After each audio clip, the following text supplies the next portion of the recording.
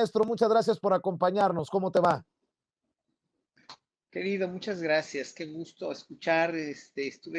Qué buenos análisis tuviste en la mañana con Ricardo Sevilla, bueno, con Padilla Tondo, en fin, verdaderamente estoy boquiabierto de lo encendido que está el ambiente ahorita y de los valiosísimos debates que tuviste, incluso con Daniel hace ratito. Qué bárbaros, qué bueno debates. Y ahorita con Isaac también. Muy orgulloso de pertenecer a la familia Sur. Gracias, maestro. Gracias. Los orgullosos somos nosotros de tenerte aquí, como también tenemos a otro gran periodista al que respeto, al que admiro y al que le agradezco siempre estar aquí. Jorge Armando Rocha, ¿cómo estás? Te saludo con mucho gusto. Buenas tardes, buenas ¿Qué noches. tal? Estimados Vicente, Horacio, un placer como siempre compartir con ustedes. Muchas gracias, Vicente. Ya sabes que la admiración también va de aquí para allá, como siempre. Y bueno, Antes pues un placer, le de entramos. que llegue, porque aún no llega, Mario Campa, pues vámonos sacando chispas. ¿Cómo vieron la exhibidota que le puso otra vez el presidente Andrés Manuel López Obrador a un personaje de los medios tan desgastado y con la credibilidad por los suelos como lo es Carlos Loret de Mola? Y no porque tratemos de hacerle el caldo gordo a Loret de Mola o porque lo consideremos un referente. No, porque este Loret de Mola se ha dedicado a hacer negocio golpeando al gobierno. Acaba de sacar una disque investigación en Latinos que se la desmintieron hoy en el quién es quién en las mentiras de supuestas empresas fantasma en los contratos a la Secretaría de la Defensa Nacional para el aeropuerto de Santa Lucía. Hasta la entrevista a Lozoya de hace años le exhibieron hoy en la mañanera, Horacio Franco. ¿Qué puedo decir? ¿Qué podemos decir de todo esto? Que pues mira, ya después de que sacó el video, ¿no? Que se le ocurrió, fue una ocurrencia y fue muy rápido de reacción del equipo de Ramírez Cuevas de sacarlo, ¿no? Por esta periodista, creo que fue de Bloomberg, ¿no? Que le, hizo que le empezó a picar la cresta a López Obrador. Y López Obrador siempre calmo, siempre tranquilo, siempre elocuente, siempre pues, en su lugar, ¿no? Sin tomar, sin exaltarse ni nada, pues dijo, vamos a, o sea, hizo historia, otra vez, hizo historia y mostró este video donde finalmente pues queda en evidencia todo, ¿no? Queda en evidencia una vez más que eh, a cualquier precio y sobre cualquier argumento trataban de bloquear al hoy presidente en ese entonces, ¿no? Trataban de decir que estaba mintiendo. Cuando pues hoy el que rió al último rió mejor, ¿no? Y me pareció muy elocuente que acaba el video y se va. López Obrador ya no dice nada. Ahí está, ya. Goodbye. ¿No? Y eso es lo que deberíamos decir también. Yo creo que un poco nosotros los ciudadanos ya, ¿no? O sea, ya obviamente seguir haciendo historia, seguir recalcándole a la juventud, sobre todo a la juventud, que es lo que hace diario López Obrador en la mañanera, y eso lo pondero mucho, ¿eh? En verdad, que sigue haciendo historia él, pero realmente nosotros cada vez estar más convencidos de que esto ya no tiene más vuelta de hoja en nuestro hígado, al menos en nuestra vida. Sí pasó, sí sigue pasando, sí siguen haciendo estas fake news, estas noticias falsas, porque están desesperados, porque no tienen argumentos y porque finalmente ellos mismos se están dando cuenta, como nosotros lo sabíamos desde el principio que ganó Andrés Manuel, que esto no tiene vuelta atrás. O sea, esto es una transformación que si bien puede llegar a tener todos los... Si me da gusto, Vicente, la verdad que tú también resaltes cosas que no están bien o que no te gusten, como todos lo resaltamos.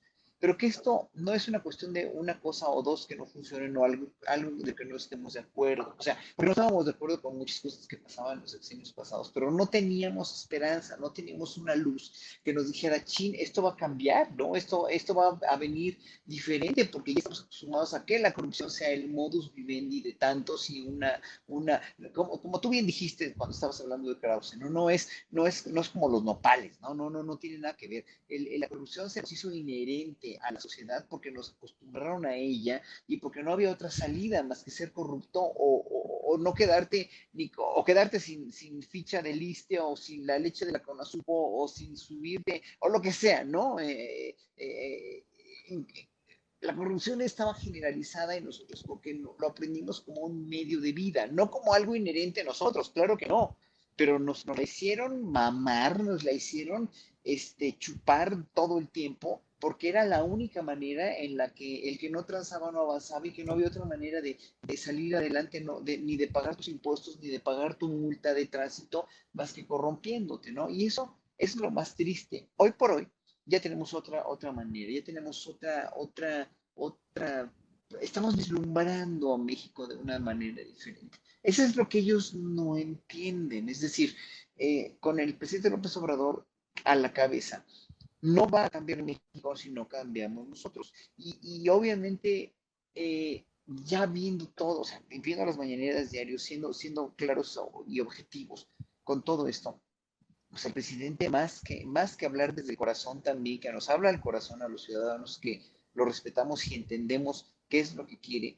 nos habla con la inteligencia y con la memoria histórica todo el tiempo. Y eso es lo que ha estado haciendo el observador todo el tiempo. Por eso un funcionario o un funcionario público que lo es, ¿no? Que no tiene precedente en la historia mexicana, porque además de que no tiene precedente, tiene un modelo económico que no se le puede ni bautizar ni llamar de ninguna manera, porque no es neoliberal, no es capitalista, no es socialista, no es comunista, es López Obrador. Es un sistema total y absolutamente nuevo de implementar una política económica, una política social, una manera de comunicación que si bien no es del todo completa y por eso a veces se pueden tergiversar algunas de las cosas que está diciendo, que no se dicen o que no, los voceros mismos no acaban de lanzar bien, ¿no? Hay muchos malos entendidos también y eso se presta a que gente como Loret siga insistiendo en lo mismo, pues, ¿no? Pero eso ya nos debe, yo creo que yo ya lo trascendí o sea, yo sé lo que dicen, ¿no? Pero pues, ahora sí que ya no hay vuelta atrás. O sea, ellos quieren que haya vuelta atrás. Para mí no hay vuelta atrás, para el gobierno no hay vuelta atrás y para el pueblo de México no debe haber vuelta atrás, porque eso es lo más peligroso. Que llegue la vuelta para atrás y que otra vez vuelva otra lo mismo de antes o se corrompa igual Morena de una manera en la cual se vislumbre después de López Obrador, porque es que López Obrador es una figura que envuelve todo, es una figura que todo lo reivindica, todo lo envuelve y bueno, podríamos decir casi que lo sublima de una manera, ¿no? Pero son todos los funcionarios los que deben ponerse realmente el saco de ser obradoristas, ¿no? Y de nombrar gente que sea obradorista. Pero bueno, yo me pregunto, ¿habrá la suficiente gente para hacer esto o no? Y si no hay eso, el pueblo sí lo es. El pueblo sí lo admiramos, el pueblo sí estamos ahí. Yo por eso nunca me volví a funcionario público, porque además no me corrompería, pero no es mi papel. Mi papel es de un ciudadano común y corriente que hace arte y que simplemente está vislumbrando esto como un cambio para el país. Jorge Armando Rocha, hoy muy mal día para Loret de Mola, para los que suspiran, como dice el maestro, en echar la vuelta para atrás. Así es, sin duda. Yo creo que a Loret de Mola lo sacudieron hasta en 3 ocasiones durante la mañanera, porque primero Benchis exhibe la noticia falsa de Latinus y de Loret, y por otra parte el presidente dice que a este periodista le fue muy bien con el régimen anterior y que incluso tiene un departamento en los Estados Unidos, y remató con el tema de la entrevista, que si observamos esta entrevista de Loret con Lozoya, pues son los años maravillosos para ambos. En ese momento, Loret era el delfín de Televisa, era una especie de vocero periodístico, era el brazo que utilizaba Televisa para poner los temas en la agenda. Y bueno, pues por su parte Emilio Lozoya era el director de Petróleos Mexicanos y quien tenía la encomienda de estar maiciando a los legisladores. Entonces son los años maravillosos de entrada. Esa escena lo que nos muestra es los ciclos del poder y también cómo son los ciclos en los medios. A veces estás, a veces no estás. y nada es para siempre, es una regla de la vida. Y en ese sentido, pues hay que destacar que a Loret lo exhiben como alguien que supuestamente es un entrevistador feroz, pero que si analizamos esa entrevista, pues no hay nada complejo ahí. De hecho, pareciera que hay un juego de hipocresía, porque si escuchamos las respuestas de Lozoya, inmediatamente tiene ya la respuesta. O sea, no sé si en algún momento dado se pusieron de acuerdo antes, que suele pasar a esos niveles y digamos, sobre todo cuando hay cercanías. Y bueno, en Televisa había una gran cercanía con Peña Nieto, eso no lo podemos esconder, no lo podemos negar. Y pues no hay ninguna pregunta retadora, simplemente es una entrevista que tiene que ver con los tiempos de la reforma y por supuesto Lozoya resalta que va a pasar la reforma, que va a transitar, a pesar de que Loret le dice, ¿y cuál es el plan B? No hay plan B, porque hay unos cañonazos ahí en la mesa, ni modo que digan que no. Jorge Armando Rocha, y grábenme, muchachos. Jorge Armando Rocha, por favor pido que no seamos injustos con Carlos Loret de Mola. Tal vez tú y yo somos muy exagerados. Pongámosle atención a las declaraciones del gran intelectual mexicano Enrique Krause, hoy con Ciro Gómez Leiva. Dijo que como nunca había ocurrido este hostigamiento a las libertades desde el poder, a la libertad de pensamiento y expresión en la prensa y en la radio. ¿Y dónde lo dijo? En la radio. Digo, el chiste se cuenta solo. Escuchemos al maestro Enrique Krause y lo comentamos. Por favor, muchachos, adelante. Bueno, porque no había ocurrido nunca el hostigamiento desde el poder a las libertades, a la libertad académica de los científicos, de los académicos, de los profesores, de los maestros, a la libertad de pensamiento y de expresión en la prensa, en la radio, a la libertad. Y esto es muy delicado. Ya ves, querido Jorge Armando, no bueno. Es Loret. No, ¿qué te digo, estimado Vicente? Lo que pasa es que Enrique Krause es un mar de contradicciones, está en su laberinto. No dijo hace poco en una entrevista que él añora, que él extraña muy moderadamente, utilizó ese término, muy moderadamente, pero que extraña a la dictadura perfecta. Entonces, ¿realmente le interesa la libertad o le interesa estar en una posición respecto al poder en donde tenga beneficios? Bueno, parece que es lo segundo, porque ¿cómo es posible que alguien que asegura que él busca la libertad a ultranza, pues diga al mismo tiempo que extraña la dictadura perfecta del PRI, en donde lo encumbraron como el historiador que además también simulaba ser crítico, pero hasta ciertos límites que todavía le dieran cabida en ese sistema? Y así se la dieron también a Aguilar Camín. Entonces, como dices, realmente está expresando todo lo que señala dentro de una democracia. O sea, si el presidente López Obrador fuera dictador, no se permitiría todo esto. O sea, no estaría hablando abiertamente. Qué extraño dictador es López Obrador, que no censura, que nos diga Krause cuántos periodistas ha metido a la cárcel el presidente de la República o cuántos ha quitado de espacios. Al contrario, si nosotros revisamos la radio en general, la televisión, pues están absolutamente entregados a la tribuna de la derecha, a los conservadores. Bueno, ahí Krause puede hablar, ¿no?, en los programas de Televisa, en la radio, o sea, se dan vuelo con todo eso. El presidente incluso ha comentado que algunos dueños de los medios de comunicación han tratado de utilizar a ciertos conductores como moneda de cambio, que van y le dicen, oiga, presidente, ahora que tengo al fulano o a sutano en tal espacio, se ha ido muy duro en contra de usted, ¿verdad? Y dice el presidente, yo ni les digo nada, ni les sugiero que los cambien, porque obviamente le quisieran vender el favor al presidente, porque son las estrategias que se utilizaban, que, bueno, son las inercias, porque así Bueno, se acomodaban. dice Loretote, Rafael Loret de Mola, acuérdense de ese video, yo lo pasé aquí, que él Sí, asegura que Andrés Manuel López Obrador negoció 1,000 millones de pesos en publicidad oficial con Televisa para que saliera Carlos Loret de Mola de esa televisora. Sin pruebas, sin nada, se queda en sí. en la mera anécdota.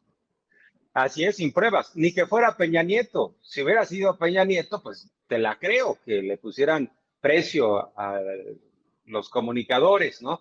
Pero en este caso, el presidente prefiere, lo ha dicho abiertamente, ¿no? Me sale más barato que me estén insultando, que me estén criticando, que me llamen dictador, a estarles yo pagando, estarlos maiceando como los maiceaban, que no era poca cosa, eran cantidades muy importantes. Entonces, bueno, pues seguramente Loret debe estar extrañando eso que tuvo en Televisa, porque era el Delfín, era el vocero, eran los años maravillosos, le pagaban muy bien por aquí y por allá, y ahora pues está en otra etapa y así es esto.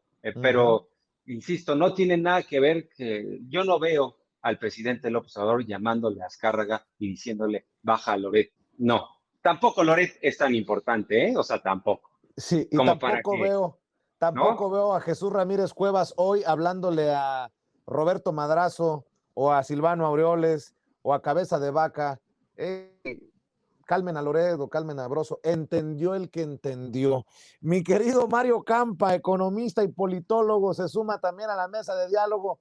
¿Cómo estás, Mario? Aquí hablando de los trancazos sabrosos que reparte el presidente Andrés Manuel López Obrador en la mañanera. Hola Vicente, un gusto estar con ustedes. ¿Cómo viste la mañanera hoy sin desperdicio para esos que desde los medios se han convertido en parte de la oposición? Bueno, es una coyuntura muy interesante, ¿no? En los medios sabemos que se ha reducido mucho el presupuesto federal y en algunos estados, ¿no? También, acuérdate Vicente, que es importante también darle seguimiento a las entidades federativas y también en algunas entidades hemos visto cómo ha bajado el presupuesto destinado a gasto oficial. Hay una publicación de la cuenta pública todos los años y en la de 2020 se muestra cómo algunas entidades han hecho mucho progreso en este aspecto, como Tabasco, la misma Ciudad de México también. Gobiernos particularmente en estos momentos, por obvias razones, por el discurso del presidente de la República, que han hecho esfuerzos de reducir ese gasto, ¿no? Y en caso contrario, hay algunas entidades, Campeche, donde por cierto, pues sabemos que tiene que ver ahí la cuestión de quién es en estos momentos el líder del PRI. En Campeche ocupa más de 1% del presupuesto estatal, ¿no? La pura publicidad oficial. Entonces yo creo que estamos en un momento en que sí, evidentemente el hecho de que haya menos presupuesto para cuestiones de propaganda oficial, eso hace que evidentemente haya algunos medios, algunas cadenas, pues francamente inconformes con lo que está sucediendo, lo cual hasta cierto punto es natural. A eso hay que añadir que hay una reconversión, ¿no? De ciertas plataformas, evidentemente, y de hecho, pues Sin Censura es una de las que tiene más presencia en medios digitales como YouTube, pero también asimismo están surgiendo pues cada vez más podcasts en Spotify, por supuesto las páginas digitales y los medios tradicionales, los impresos y otros están batallando por sobrevivir. Entonces se juntan estas coyunturas y evidentemente pues hay inconformidad de algunos sectores, particularmente en la prensa corporativa, ¿no? Y a eso hay que añadir que se ha investigado pues ciertas fuentes de financiamiento como el reportaje que se comentaba ya de cómo se está financiando pues Latinos, ¿no?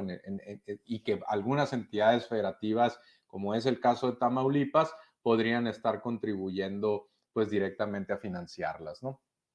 Así es. Y maestro Horacio Franco, por cierto, el presidente Andrés Manuel López Obrador eligió tus mañanitas obviamente con la flauta para presumirlas en redes sociales. Se me había olvidado reconocerlo, maestro.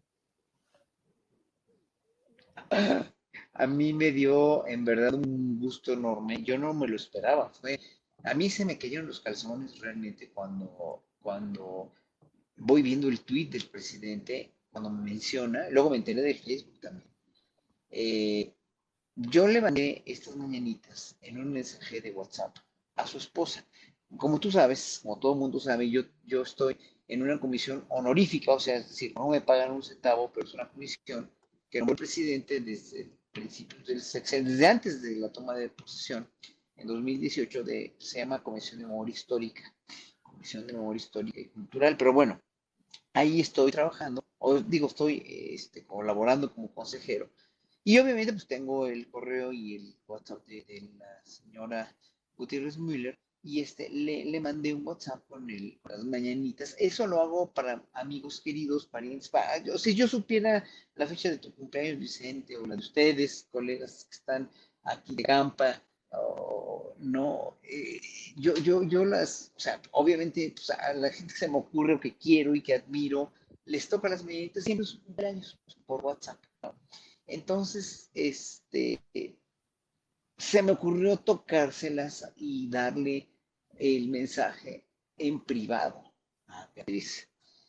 Y pues, ¿cuál fue mi sorpresa? Que una hora después la publica López Obrador en su Twitter, pues se me caen los calzones, ¿verdad? Entonces, bueno, obviamente ya reaccioné y todo, y me hizo mucho honor, nada más, ¿no? Me hizo un enorme honor. Fue un tributo muy sencillo, grabado desde mi teléfono, como se lo puedo dar a mis amigos, a ustedes tres queridos, o al público, a quien quiera, a quien yo se me ocurra, pues, ¿no? Y lo hago normalmente en cada cumpleaños de queridos amigos, así que lo hice con él y ya, nada más. Muy bien. Déjame para preguntar tu opinión, la de Jorge Armando, la de Mario. Proyectar este video que circula en redes sociales, el secretario de Hacienda y Crédito Público, Rogelio Ramírez de la O, dándole espaldarazo a Victoria Rodríguez Ceja, quien hoy fue confirmada como la nominada del presidente Andrés Manuel López Obrador para que vaya como presidenta gobernadora del Banco de México, y se podría convertir en la primera mujer gobernadora del Banco de México. Esto es lo que circula el secretario de Hacienda y Crédito Público. En la Secretaría de Hacienda estamos dedicados a preservar las finanzas públicas sanas y también a respetar la autonomía del Banco de México. Es una atribución del presidente de la República nominar a su candidato para el puesto de gobernador o gobernadora del Banco de México. Como lo indicó en su conferencia de esta mañana, la licenciada Victoria Rodríguez Ceja es una funcionaria honesta, competente y muy respetada por todos nosotros. En su ejercicio como subsecretaria de Egresos, nunca permitió un desfase de la meta del balance fiscal que nos aprueba el Congreso de la Unión. Estamos además complacidos por el hecho de que sería la primera mujer en ocupar esta importante posición. Seguiremos ocupados en la estabilidad de las finanzas públicas y en servir a México. Muchas gracias. Buenas tardes. Es un honor para mí haber sido nominada por el señor presidente de la República para el puesto de gobernadora del Banco de México. Cumpliré, en caso de ser ratificada por el Senado, con la función establecida en el marco normativo de esta institución. Mi compromiso es el combate a la inflación, no tocar las reservas internacionales y cumplir con la autonomía del Banco de México. Muchas gracias. Promete mantener la autonomía del Banco de México para aquellos que andan ya asustados de que López Obrador pretende controlarlo todo, maestro Horacio Franco. Bueno, mira, yo creo que aquí el haber nombrado a una mujer y una mujer como ella, ¿no? Que le criticaron mucho y que cuestionan que no tiene experiencia en dirigir ninguna, no, como la tiene Arturo Herrera, que hizo un papel muy bueno en Hacienda, ¿no? Digo, finalmente ya sabemos que era un muy buen funcionario. Ojalá que no haya roto con él, es un elemento valiosísimo. Yo lo tengo en muy alta estima, tanto como tengo en alta estima a Rogelio Ramírez de la O, tanto como lo tengo en estima a ella, porque ella es una muy buena funcionaria. Pero yo creo que ahí tiene que cumplir Andrés Manuel con una cuota de género, ¿no? Primero que nada. Y en segundo lugar, yo no veo por qué no va a ser un buen papel siendo una funcionaria tan prominente, tan buena, tan eficiente. No sé, yo creo que ahí es otra vez buscarle tres pies al gato y entender que, bueno, el Banco de México va a seguir siendo independiente y el Banco de México no es nada más la dirección del Banco de México, sino es todo el conglomerado de funcionarios que trabajan ahí, ¿no? Nada más. Y ya, todo lo demás no va a depender del desempeño de ella nada más como funcionario, sino también del comportamiento de la economía internacional, la cuestión pues hoy como el peso llegó hasta 22 pesos por todo esto que está pasando internacionalmente, la inflación, etcétera, etcétera, etcétera. Y aquí hay factores que mucho van a hacer que los próximos meses, ¿no? Sobre todo como están las cuestiones económicas, las cuestiones de las carencias, las carestías en Estados Unidos, o sea, estaba yo platicando con un amigo que va mucho y vive también en Estados Unidos. No mira, tú tienes mucho público de allá y ahorita ojalá le pido a la gente que está en el chat, que estoy con ellos también aquí en el chat, que me escriban y me digan si está igual, si están igual de surtidos, si hay todos los insumos, los artículos que había antes de la pandemia en Estados Unidos. Están sufriendo un montón de carencias de muchísimas cosas, ¿no? Por todo lo de la inflación de los containers, por todo lo que están escondiendo de los containers y por todo no sé, está pasando algo muy raro en Estados Unidos. En México estamos mucho mejor. En México, en verdad, me decían mi amigo que va y viene a Estados Unidos. Puedes encontrar todo en realidad. O sea, en México estamos en la gloria en comparación con otros países, con el mismo Estados Unidos. Incluso la inflación se deja ver menos aquí por muchas razones, ¿no? Pero que en ese sentido va a seguir pasando esto, va a seguir habiendo inflación y habiendo fluctuaciones en el tipo de cambio, porque la economía mundial está inflándose, está mal todo, está inestable, está en un stand-by de inestabilidad. Bueno, esto le va a tocar a la nueva presidenta del Banco de México, nueva directora del Banco de México, y espero que no le echen la culpa a López Obrador o a ella porque todo el mundo está mal, porque finalmente es lo que están haciendo, pero hay que ser muy conscientes de que no vienen tiempos, no fáciles, no difíciles, pues, no vienen simplemente tiempos inestables. Jorge Armando Rocha, ¿cómo ves este espaldarazo del secretario de Hacienda y Crédito Público a la todavía subsecretaria? Pues importante porque se manda un mensaje que pretende calmar a los ortodoxos y sobre todo a los mercados, pero es muy interesante el perfil y sobre todo la decisión que toma el presidente López Obrador, porque él juega ajedrez, López Obrador, eso hay que tenerlo muy claro, y siempre pone a prueba las lealtades de sus funcionarios. En este caso, está reconociendo a Victoria Rodríguez, que pues era o es aún la subsecretaria de egresos. Hay que recordar que ella es economista del Colegio de México y la pusieron de subsecretaria de Hacienda todavía cuando estaba Carlos Ursúa al frente de esa dependencia. Y ha sido una mujer muy competente. E insisto, López Obrador pone a prueba las lealtades. ¿Qué pasó con Arturo Herrera? No sabemos toda la historia, pero debe haber una historia detrás de esa decisión, porque del plato a la boca se cae la sopa. Arturo Herrera se cayó. Algo sabe el presidente y sin duda tiene toda la información, tiene clara toda la información. Algo le dijeron, algo conocieron de los comportamientos de Arturo Herrera que no le gustó al presidente y optó por premiar a esta funcionaria. Entonces, insisto, López Obrador pone constantemente a prueba a sus funcionarios.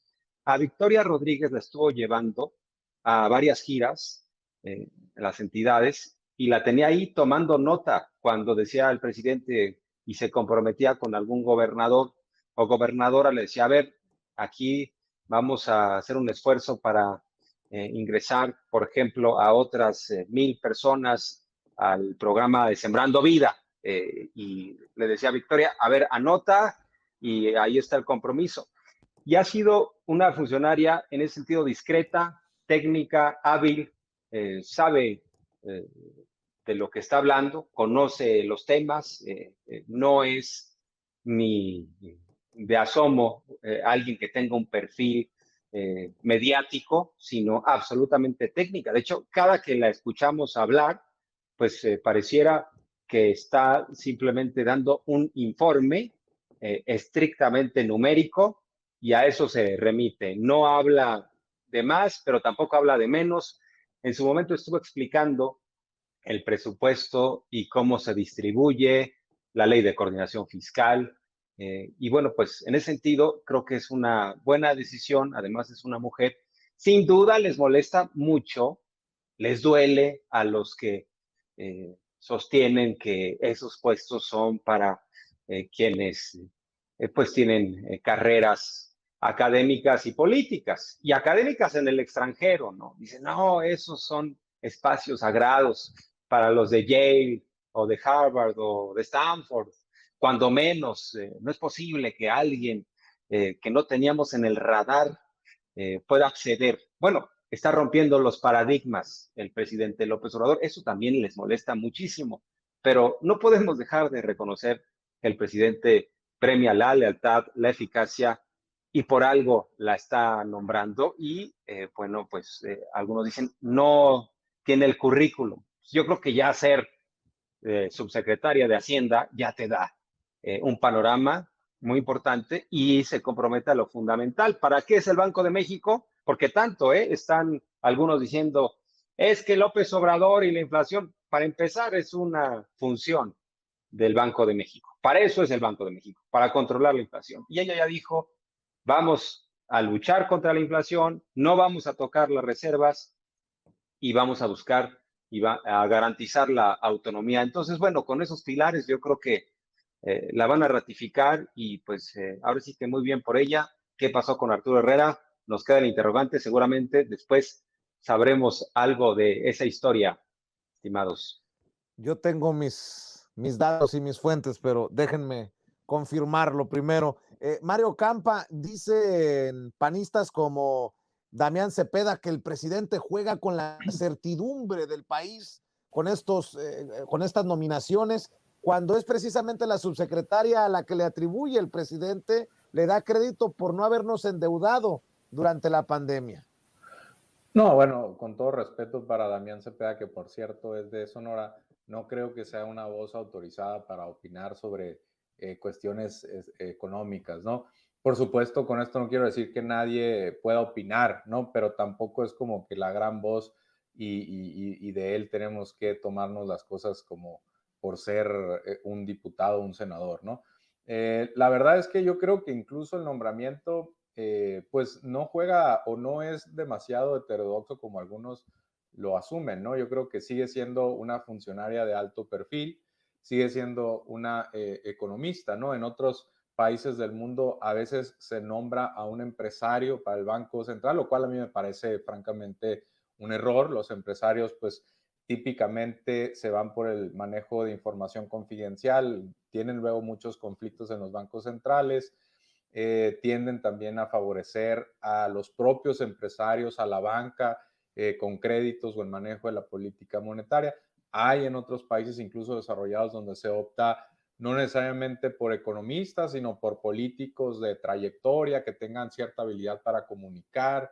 Y yo creo que la habilidad de comunicación de Victoria quedó particularmente probada cuando asistió a las mañaneras y supo comunicar bastante bien algunos temas muy técnicos, ¿no? Como las fórmulas del reparto de las participaciones. Es probable que ahí algo haya hecho clic en el presidente o que ya lo hubiera hecho antes y ahí la aprobó y se desempeñó pues bastante bien, ¿no? Además, en una cuestión pues que le compete totalmente, dada su trayectoria profesional, académica, etcétera, ¿no? Entonces, en ese sentido, Yo creo que, por supuesto, que hay que celebrar que haya paridad o incluso más que paridad en el Banco Central, ¿no? Hay que recordar que ya hay 2 subgobernadoras y si finalmente se ratifica esta posición, pues ya sería una mayoría de mujeres.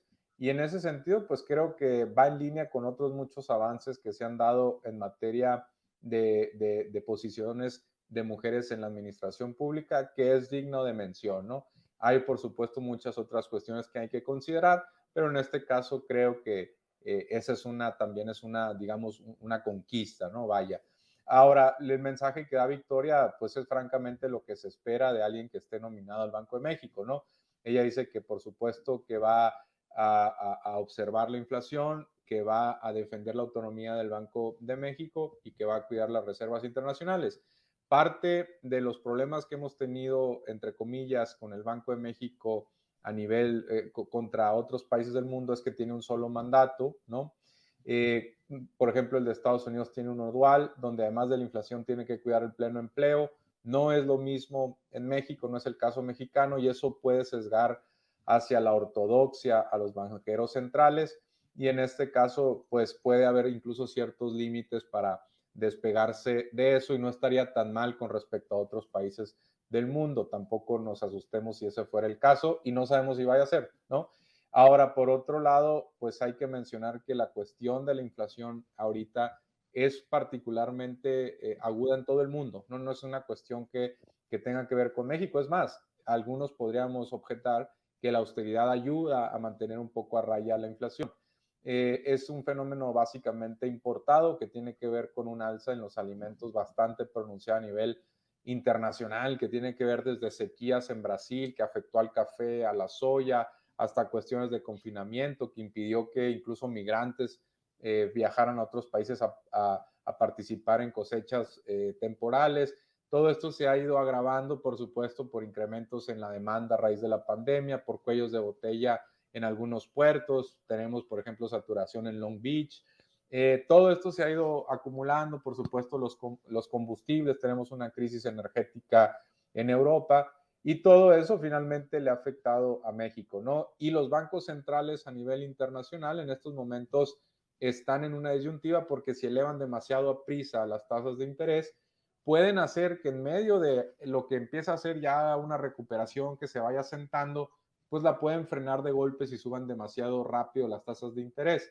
Entonces ahí hay una tensión y por supuesto es parte de ella el Banco de México, ¿no? Yo creo que Victoria lo va a hacer bien. Quiero sí resaltar, por supuesto, que creo que Arturo Herrera también es un gran funcionario. Ojalá y siga participando de alguna u otra manera en política, que no se retire, digamos, a la academia. Si es el caso, pues está bien, pero me gustaría verlo todavía en el servicio público, incluso pues podría ser el representante de México en alguna institución internacional, no lo sé, pero ojalá y siga vinculado de alguna forma al servicio público, ¿no? Así es.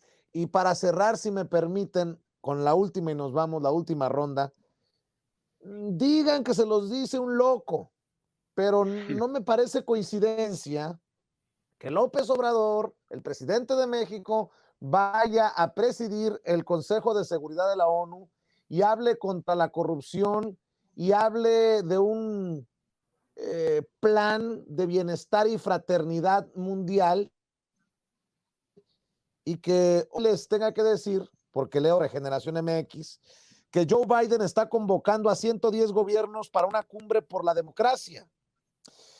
Joe Biden llama a la renovación de la democracia global, insta a aliados y sectores sociales contra el autoritarismo, la corrupción y por los derechos humanos. Obviamente, para dolor de muchos panistas, priistas, frenéticos como Gilberto Lozano, van a invitar al dictador comunista de México, Andrés Manuel López Obrador, a esta cumbre, pero entendiendo que sembrando vida, sembrando oportunidades, entendiendo todas estas cosas, no me sorprendería que por ahí Andrés Manuel López Obrador haya tenido, pues no sé si una influencia, y conste que no es cebollazo, maestro Horacio Franco. Claro, claro.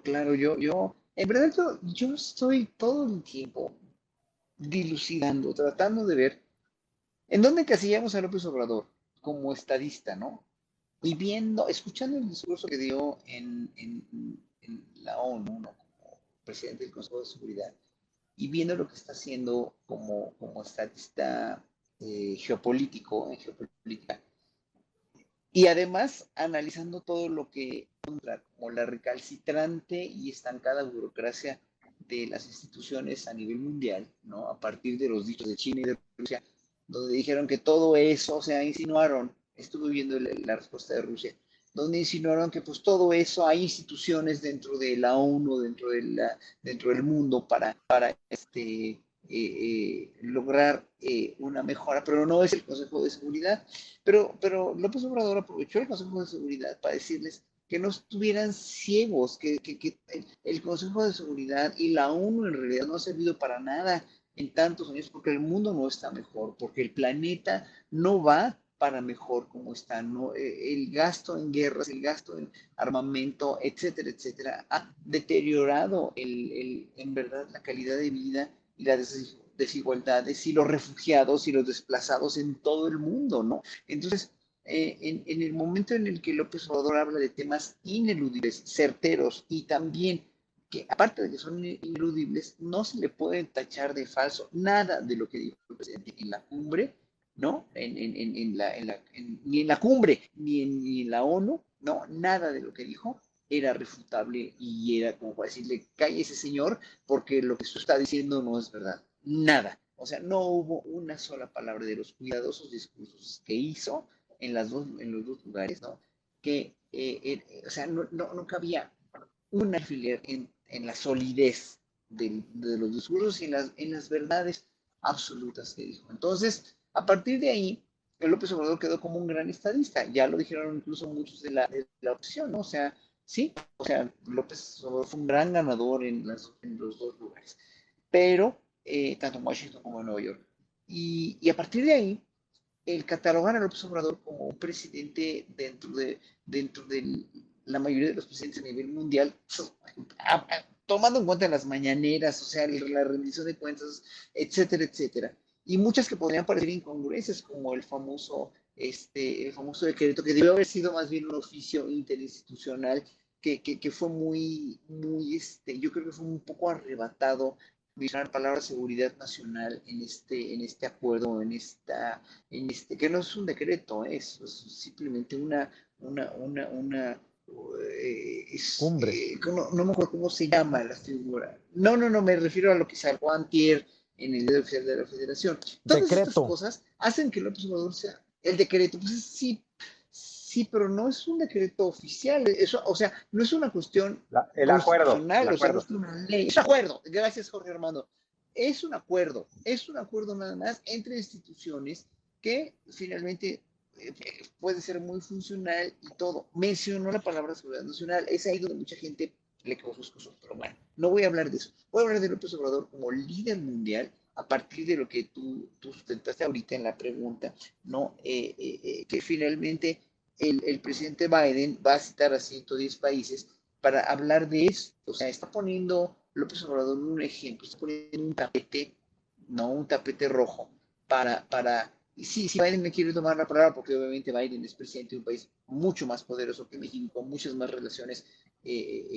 importantes económicamente hablando y más trascendencia en toda la cuestión de seguridad internacional y de meterse donde no lo llaman y de colonialismo y de lo bueno y lo menos bueno y lo más malo, ¿no?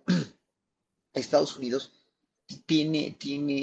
ahorita está tomando como ejemplo lo que está diciendo Andrés Manuel y eso cuenta muchísimo, ¿no? La gente se va a dar cuenta muchos años después, de que este hombre trata de vislumbrar, o sea, no es presidente, trata de vislumbrar un mundo donde finalmente ya se vaya a empezar a gobernar de otra manera y no con los paradigmas con los que se ha venido gobernando desde la creación de la ONU hasta hoy, que visiblemente no son funcionales, que visiblemente no han ayudado a mejorar el mundo, porque si hubieran ayudado a mejorar el mundo, ahorita estuviéramos celebrando otras maneras de convivencia, otras maneras de convivencia internacional, de geopolítica, de estrategias, de repartición de la riqueza, etcétera, etcétera. Y no funciona. Entonces Andrés Manuel, en ese sentido, también es un visionario. Dejen que pase el tiempo, para que la oposición también se calle la boca. Y si no se va a callar la boca, se va a llenar de rabia y de odio y de espuma, y que van a quedar rabiosos toda la vida y que nunca van a entender. Pero pues ahora sí que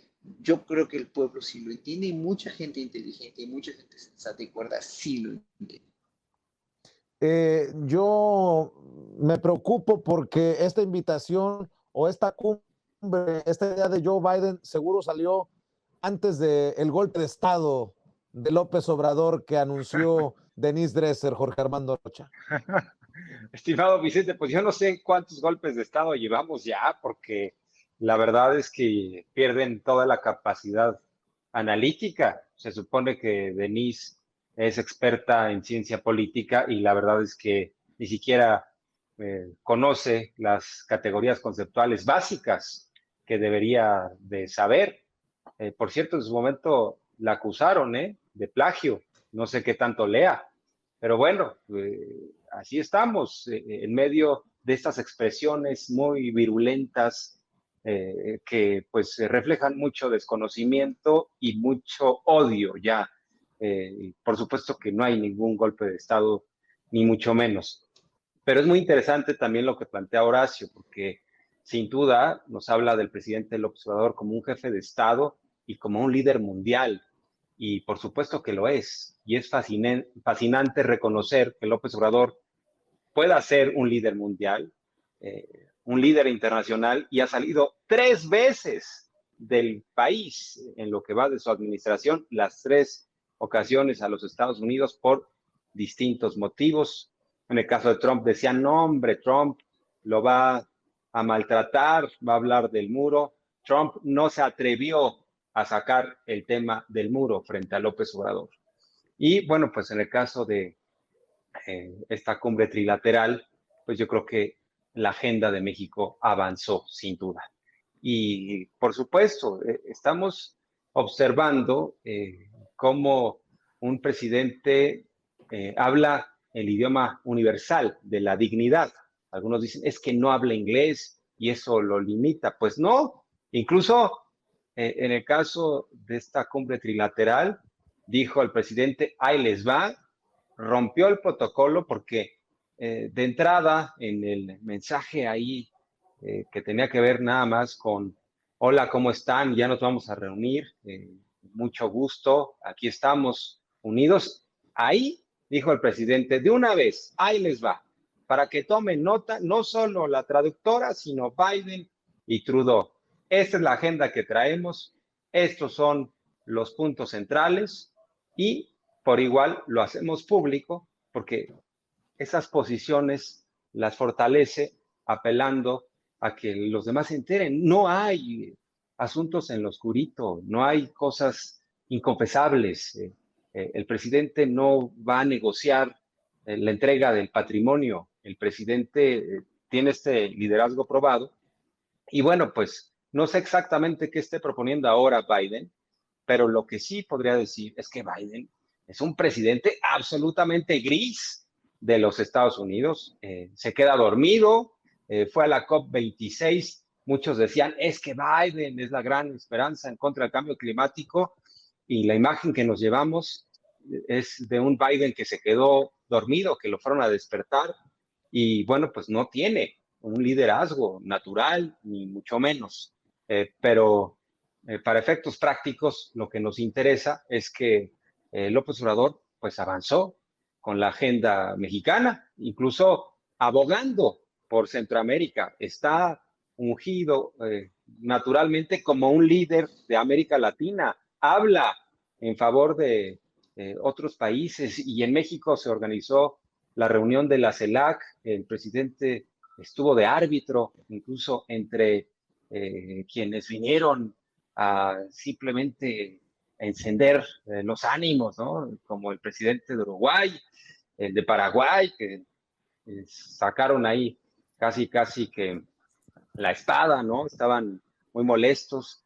Y bueno, pues el presidente tiene este liderazgo, sin duda, y nada más resaltar que incluso en lo que tiene que ver con los proyectos, que algunos tenían las veladoras prendidas, los Krause, bueno, Krause le escribió una carta a Biden a través de New York Times, donde le pedía que moderara las tentaciones autoritarias de López Obrador. Y Biden no solo no ha regañado a López Obrador porque no lo permitiría, sino por el contrario, han entendido la lucha y le han reconocido el combate a la corrupción. Y en el caso de Trudeau, también dobló las manos y dijo, bueno, a ver cómo está lo de la reforma, les podemos ayudar con las hidroeléctricas, las rehabilitamos nosotros. O sea, creo que esto de hablar el idioma universal de la dignidad también rompe el paradigma de la política exterior súper entreguista, donde nos hincábamos a los presidentes en turno de los Estados Unidos pensando que nos iban a aventar algo, migajas, aunque fuera. Y la verdad es que solo quedábamos muy mal posicionados a nivel internacional, pero pues sí, en el caso de Biden, sin duda, yo creo que ahora tiene que ver a López Obrador como una figura muy fuerte de América Latina, como un aliado, y lo va a querer tener cerca. Biden le dijo que le gustaría aprender español, y yo creo que las primeras palabras de Biden en español podrían ser, es un honor estar con Obrador. Así la veo. Les ofrezco una disculpa que por ahí se cayó la señal, pero bueno, también quiero mencionar que le ha de haber afectado, ha de haber contaminado a Joe Biden, haber tocado la mano de Andrés Manuel López Obrador en la cumbre, porque ayer circuló un sendo tweet pidiendo investigación de las petroleras, de las compañías de gas y de petróleo, para ver que las autoridades correspondientes definan si no están incurriendo en prácticas ilegales para lucrar a costillas de las familias estadounidenses. También van a acusar a Joe Biden de estar destruyendo al país como Andrés Manuel López Obrador, querido Mario Campa. Sí, bueno, mira, Vicente, a mí lo que me preocupa es que Biden ya está actuando demasiado estratégico, pero una estrategia forzada porque va muy mal en las encuestas. No es un presidente que tiene -10, -9 de aprobación neta, es decir, restando los negativos a los positivos. En este caso, pues es muchos más los negativos que tiene y está al nivel que tenía Trump, básicamente, ¿no? A estas alturas de su cuatrienio.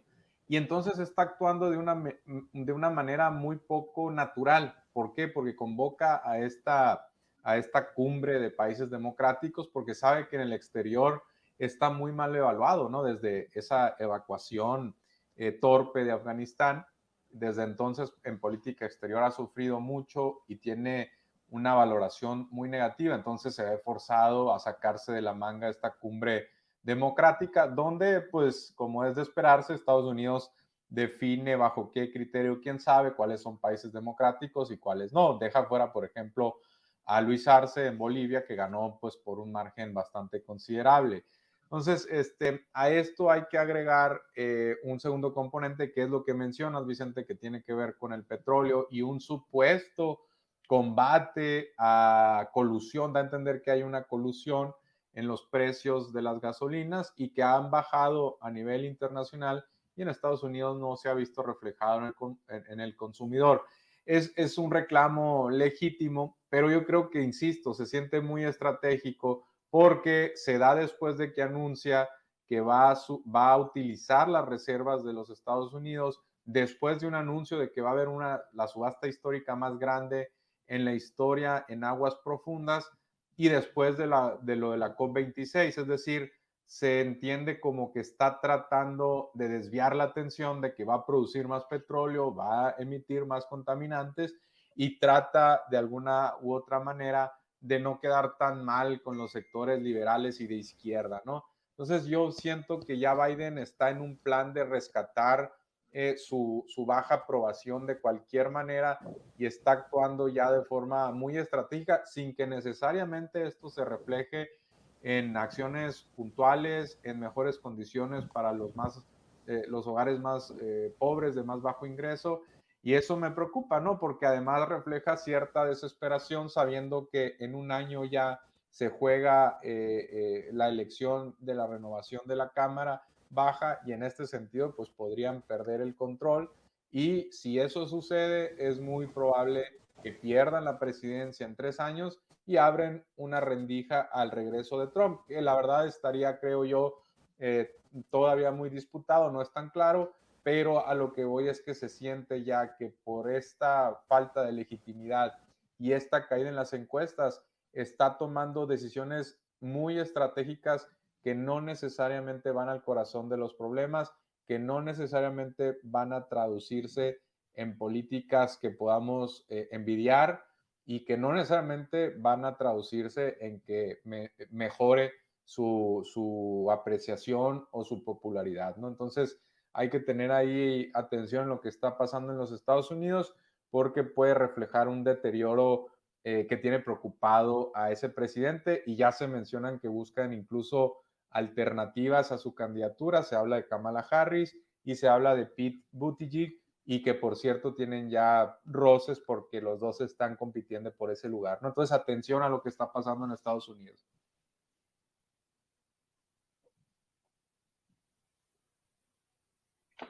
Bueno, pues no sé si Vicente esté por ahí, pero bueno, básicamente creo que está dicho lo fundamental.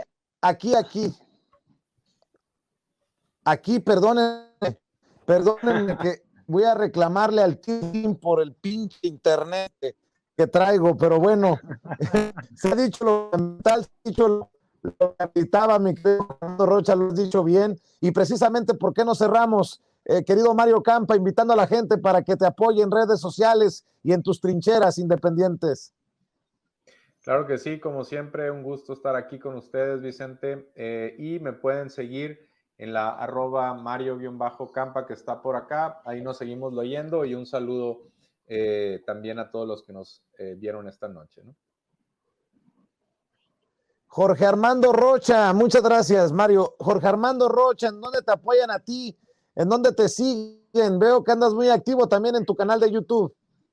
Así es, en Twitter estoy como @RochaPeriodista, y en mi canal como Jorge Armando Rocha, ahí me encuentran. Ahí estamos también todos los días. Vicente, fuerte abrazo, un placer como siempre, un honor, y bueno, pues gracias también, Horacio, muchas gracias por compartir esta noche. Aprendí mucho. Gracias, Jorge Armando, y prometo que estaba para que empiecen con los chismes y los... Prometo que el internet, mi querido Franco, ¿por qué no tenemos a la gente para que también te apoye a ti en redes sociales?